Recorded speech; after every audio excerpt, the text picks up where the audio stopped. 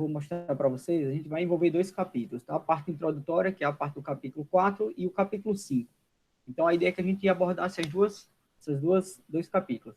Então, a introdução de função, nós vimos uma ideia intuitiva que eu mostrei para vocês na sala, o que seria uma função, né? Você tem um celular, eu até comentei com vocês sobre o celular, e aí você liga para uma determinada pessoa. Então, o celular seria a sua função. É ele quem vai ligar você a outra pessoa. Aqui eu coloquei um exemplo mais matematicamente. Como assim? Ó? Então, vamos se ligar aqui. Ó.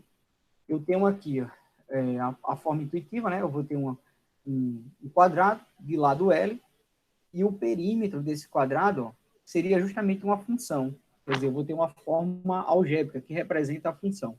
Como assim, professor? A ideia é mais ou menos o seguinte. Ó. Se eu somar os quatro lados tá, desse perímetro, eu tenho ó, essa função aqui, ó, P igual a 4L. Isso aqui é justamente a função que representa o perímetro. Como? Se esse valor de L mudar, o perímetro muda também. Tá? Então, P ó, depende de L, tá? Depende do lado. Então, se esse lado aqui fosse 1 metro, por exemplo, o perímetro seria 4 metros. Tá, ó. Se esse lado desse quadrado fosse 2 metros, o P seria 8. E assim sucessivamente. Beleza? Então, a ideia que nós temos da função, ela é justamente essa, né? Ligar uma coisa a outra, tá? Ou um conjunto a outro. Tá? Como é que a gente vê isso de forma geral?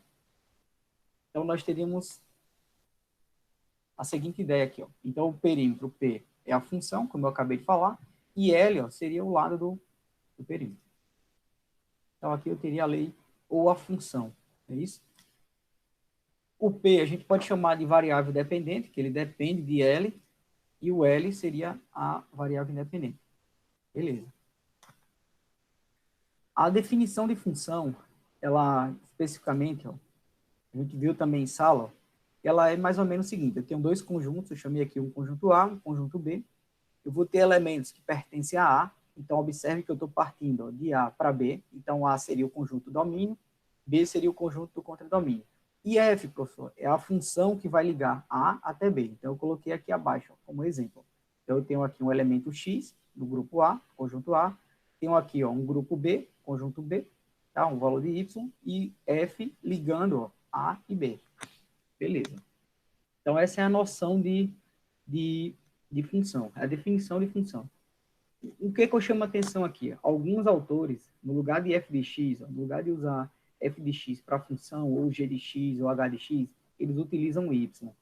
Tá? Então, todas as vezes que vocês tiverem aqui um valor no contradomínio, isso aqui vai representar uma imagem. Então, se vocês levarem para um plano cartesiano, seria o valor de y. Tá? O valor de y seria a imagem. Beleza? Só para a gente ficar ligado aí que futuramente vai aparecer questões de, no lugar de f de x, ter y. Vamos embora. O exemplo do perímetro. Então, eu coloquei aqui ó, alguns valores para L. Então, o L seria os elementos que pertencem aqui ao domínio. E os valores que eu vou ter para P vai ser os valores do contradomínio. Está aqui do lado. Então, à medida que eu pegar aqui ó, L igual a 1, o perímetro passa a ser 4. Ok? Quando eu pegar L igual a 2, o que passa a ser 6. Tá? No caso aqui meio, está aqui 1,5, passa a ser 6. Quando L for 2, P vai ser 8, e assim sucessivamente. Então, quer dizer, ó, eu vou ter uma função ligando o conjunto A com o conjunto B. Voltando à parte principal, que é o que nos interessa daqui para frente, ó, eu sou o que é domínio. Então, observem aqui, ó, eu tenho esse exemplo que eu coloquei, ó, exemplo A. Conjunto A formado por 1, 2, 3, 4 e 5. Conjunto B formado de 1 até 10, ok? Então, aqui eu tenho esses dois conjuntos. E eu tenho uma lei de formação que vai ligar o conjunto A ao conjunto B, que é chamada função. Okay? Então, essa função, ó, eu vou ter y igual a 2x. O que é que quer dizer isso? Se eu pegar todos os elementos aqui de A, obrigatoriamente eles terão imagem aqui no contradomínio, em B. Okay? Então, lembre o que eu falei para vocês. A gente só consegue dizer que y vai ser igual a 2x, que isso aqui, essa função, essa forma algébrica é uma função, se todos os elementos de A estiverem conectados com algum elemento aqui de B, tá? Do contradomínio. Então, eu fiz um exemplo aqui bem simples. Ó. No momento que eu tiver x igual a 1, eu vou passar aqui dentro da função, a imagem dele passa a ser 2, ok? Quando x for 2, passo aqui dentro da função, então vai ficar 2 vezes 2, passa a ser 4. Quando x for 3, vai ficar 2 vezes 3, passa a ser 6. Quando x for 4, vai ficar 2 vezes 4, dá 8. E assim sucessivamente, beleza? Então, isso quer dizer que todos os elementos de A foram conectados com algum elemento de B. Então, isso aqui é um claro exemplo de função. Um outro detalhe, professor, então, se eu tenho um conjunto A, está partindo de A com destino a B, A seria o domínio, ok. B, que é os elementos que eu tendo a chegar a ele, eu vou ter aqui o contradomínio, e esses elementos que estão aqui de verde, que estão circulados aqui de verde, é justamente a imagem. Então, lembre, a imagem ela vai estar sempre dentro do contradomínio, e são os elementos que receberam as flechas vindas do conjunto A, beleza? Então, aqui eu tenho o conjunto imagem, ok? Vamos lá, o que eu tenho ainda sobre a função? Então, aqui a gente relembrou o que era domínio, contradomínio, o que era imagem. E a característica de ser uma função, tá? Então, para ser uma função, nenhum elemento aqui de A pode ficar sem ligar alguém, tá? Então, todos os elementos do conjunto A têm que estar conectados com alguém do conjunto B, do contradomínio. Beleza? Então, eu destaquei aqui, os elementos ou o conjunto que faz a imagem. Então, 2, 4, 6, 8 e 10. Tá? Então, esse é o conjunto imagem. Domínio, todo conjunto A. Contradomínio, todo conjunto B. Pessoal, tá claro até aí essa primeira parte? Sim, professor. Valeu. Então, a gente está só relembrando o que foi visto em sala, tá? Até agora. Uma ideia aqui, ó. Deixa eu mostrar aqui. Isso aqui é uma forma mais algébrica, ou geométrica, de você enxergar o que é domínio, o que é contradomínio, o que é imagem. Então, o domínio vai ser todos os elementos aqui do conjunto A, então ele pode ser qualquer valor numérico dos reais, ok? Ó. Professor, o contradomínio é toda essa parte aqui que está em azul, eu chamei aqui, ó, CD, então representa todos os números reais também. E a parte, ó, da imagem, nessa situação da função que nós tínhamos, ó, y igual a x ao quadrado, esse resultado, independente de x, ele vai ser sempre positivo. Por quê? Porque ele está elevado ao quadrado, tá? Então, assim, toda essa imagem passando dentro dessa função aqui vai gerar imagens positivas. Então, por isso que eu coloquei aqui, ó, R+. Então, a ideia é que eu tenho o domínio qualquer número real, contradomínio também qualquer número real, e a imagem ela vai ser sempre valores positivos, reais positivos. Isso para qualquer valor para x. Professor, Pode falar. se o y for negativo, o x não vira negativo, não? Vamos lá. Como é que eu vou ter o y negativo? Nesse caso, eu vou atribuir valores para x, certo? Se você pegar qualquer valor para x negativo, vamos supor aqui que seja -1, e passar aqui dentro da função, -1 ao quadrado vai ficar 1 positivo. Então, quer dizer, esse valor de y, com essa função que eu tenho aqui, ela nunca vai ser negativa. O valor de y ele vai ficar sempre positivo. Por quê? Porque o expoente é um número par. Beleza? Então, sempre Beleza. Imagem positiva. Beleza? A gente vai ver exemplos com números, que aí fica mais claro para você. Ó, então, aqui eu trouxe um cuidado aqui para falar de domínio. Professor, o que seria um domínio? Tá? Então, todas as vezes que vocês escutarem, ou verem, ou lerem uma questão falando de domínio de uma função, é os possíveis valores que eu posso substituir em x. Então, lembre, aqui eu tenho uma função, tá? f de x igual a 1 sobre x menos 3. Professor, quem seria o domínio? Todo e qualquer valor que eu possa aplicar aqui em x. Então, os elementos de x seriam o meu domínio, tá? São os possíveis valores que eu posso aplicar aqui dentro de x. E quem é a imagem, professor? É o resultado de f de x. Tá? Então, o resultado da função, ele representa a imagem. Então, a gente vai observar o seguinte. Professor, então, independente da função, eu posso usar qualquer valor real para esse domínio? Não. Por quê? Existem algumas condições de existência. Por exemplo, nas frações, eu não posso ter o denominador igual a zero. Por quê, professor? Porque se você pegar 1 dividido por zero, você não vai conseguir resolver essa divisão. Isso é uma inconstância matemática. Tá? Você não consegue resolver 1 dividido por 0. Então, o que é que você faz aqui? A gente vai analisar essa situação. Professor, como é que eu analiso? Então, existe uma condição de existência. A condição é mais ou menos o seguinte, ó. Esse denominador ele não pode ser igual a zero. Então, eu digo o seguinte, ó. Se esse valor aqui for diferente de zero, x pode ser equivalente a quanto? Então, você vai igualar. Só um instante. Você vai ligar, você vai igualar isso aqui, ó, x menos 3 diferente a zero, e vai passar o 3 para o segundo membro. Então, obrigatoriamente, ó, esse valor de x, ó, o domínio dessa função, quer dizer, os valores que eu posso colocar aqui no lugar de x, tem que ser valores ó, diferentes de 3. Professor, por quê? Porque se esse valor de x aqui for 3 positivo, ó, isso aqui vai zerar, tá? Esse denominador vai ser zero. Daí essa função vai ficar 1 dividido por zero. E daí eu não tenho como dividir 1 por zero, tá?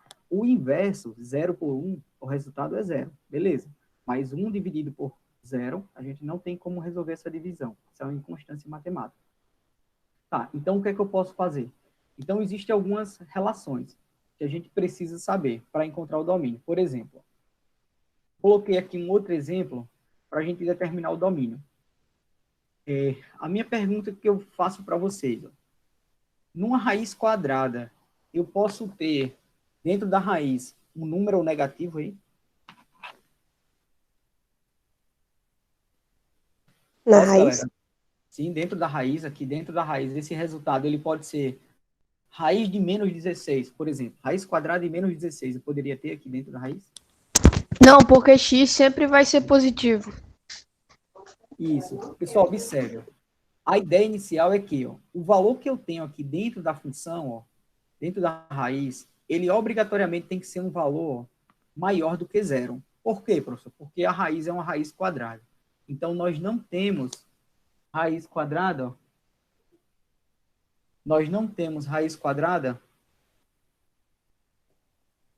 de um número negativo, ok? Então, qual é a ideia? Então, eu vou dizer ó, que para que essa função tenha domínio, eu vou dizer que x menos 3 tem que ser maior do que zero, tá? Tem que ser um número positivo.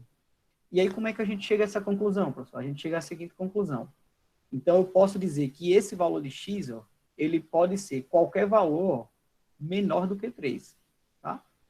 Menor do que 3. Okay? Professor, como assim? Ó? Se x for 3, tá? Se x for 3, pessoal, x tem que ser maior do que 3, tá? Essa definição aqui é maior e não menor. Por que que eu posso ter maior do que 3? Porque, observe, se x for igual a 3, isso aqui passa a ser zero. Ok. Raiz quadrada de zero é zero. Perfeito. Se x for 4 ou mais, tá? Se for 4, 5, 6, 7, você vai ter que esse resultado aqui dentro da raiz, ó, ele passa a ser positivo. Então, 4 menos 3 dá 1. Raiz quadrada de 1, eu tenho essa raiz, beleza? Então, obrigatoriamente, ó, os valores que eu tenho aqui para essa função, para que tenha o domínio, nós teríamos justamente isso aqui, ó. Esse valor de x, obrigatoriamente, ó, ele tem que ser maior do que 3. Ok? Maior do que 3. Daí a gente pode dizer que qualquer valor real que você colocar ali no lugar de x, ó, maior ou igual a 3, tá? Maior ou igual a 3, você tem o resultado dessa função. Então, o domínio nada mais é do que você achar possíveis valores para substituir no lugar de x. Certo? Então, essa é a ideia do domínio. Ah, professor, eu tenho uma função escrita mais ou menos assim, x mais 1. Qual seria o domínio de uma função x mais 1? Qualquer valor real. Por quê? Porque não tem uma restrição. Esse valor ele pode ser negativo, ele pode ser positivo, ele pode ser fracionário, ele pode ser qualquer número real. Tá? Então, não tem tantas restrições. Então, algumas funções, elas têm restrições. E aí eu citei essas duas para vocês ficarem ligados ó, nessa regrinha. Então, ó, quando vocês tiverem funções com denominador, tá? Uma função que tenha fração, o denominador obrigatoriamente ele tem que ser diferente de zero. Beleza? Então, lembrem disso. E a outra condição é essa que eu acabei de falar. Tá? Se o n for um número par, ou um número maior do que qualquer número, do que 2 sendo par, obrigatoriamente, ó, essa parte interna da raiz, ela tem que ser um valor maior ou igual a zero, beleza? Para que exista essa raiz, ou para que exista a imagem. Tá? Então, isso é uma ideia de como a gente encontrar os possíveis valores de x, que é chamado de domínio. Aqui nesse gráfico, eu coloquei uma sequência para a gente entender o que seria domínio, o que seria a imagem, partindo de uma função. Tá? Então, observe que eu vou ter um gráfico. Esse gráfico ele representa uma função que nós vamos estudar mais na frente. Ela é uma função exponencial. Tá? Vocês vão ver isso aí lá, próximo a outubro, novembro, a gente vai estar entrando nesse conteúdo. Mas eu posso ter algumas ideias aqui desse gráfico. Como, professor? Assim, ó. Observe que os valores de x, ó, esse eixo do domínio, o valor de x é o domínio da função. Os valores de y é os valores da imagem. Então, para cada valor que eu tiver aqui em x, ele vai estar associado a um valor da imagem. Beleza? Para cada valor que eu tiver aqui de x, observe que eu vou ter uma imagem diferente. Beleza? Peguei um outro valor de x diferente, y obrigatoriamente vai ser um valor diferente também. Tá? Então, essa é a ideia de função. Tá? O que seria a ideia de função, professor? Os valores de x, eles vão estar ligados ó, a apenas um único elemento de y. Ok? Então, vamos lá. Então, aqui um exemplo do que não seria uma função. Como assim? Ó? Eu vou ter uma única... Eu vou ter um único domínio. Ó. Eu peguei aqui um único valor para x e, obrigatoriamente, ó, eu gerei duas imagens. Tá? Então, esse é um típico exemplo que não vai existir essa função. Por quê? Porque a gente não tem como passar um único valor dentro de x e gerar duas imagens distintas. Tá, o que eu tenho ainda para mostrar a vocês sobre função? Então, vamos lá. Aqui o domínio e gráfico. Domínio, imagem no gráfico. Então, a gente já falou de domínio, já falou de imagem, mas não falou graficamente, né? A gente falou usando o diagrama de Venn. Então, observem aqui, ó. Vou colocar aqui para vocês, ó. Aqui nesse exemplo, tem uma função partindo aqui desse pontinho, ó, e ela vai decrescer até chegar a esse outro ponto. Então, ela iniciou aqui em 5 para y, e ela decresceu até chegar em 1, positivo. O que eu consigo observar? O gráfico da função, ó, esse gráfico aqui que foi gerado através de uma função, eu chamei aqui a função f, eu consigo observar o domínio da função. Então, os valores de x, ó, ele partiu de 2 e gerou até 4. Então, de 2 até 4, esses valores, eles formaram esse gráfico aqui. Ó. Professor, a imagem ela partiu de 5 até 1, ou de 1 até 5. Tá? Então, observe que a imagem é todo o conjunto que compreende esses dois elementos, ó, de 1 até 5. Então, todo e qualquer valor que eu tiver nesse intervalo aqui, ele vai ser a imagem. Então, por isso que eu descrevi a imagem ó, como sendo esse conjunto.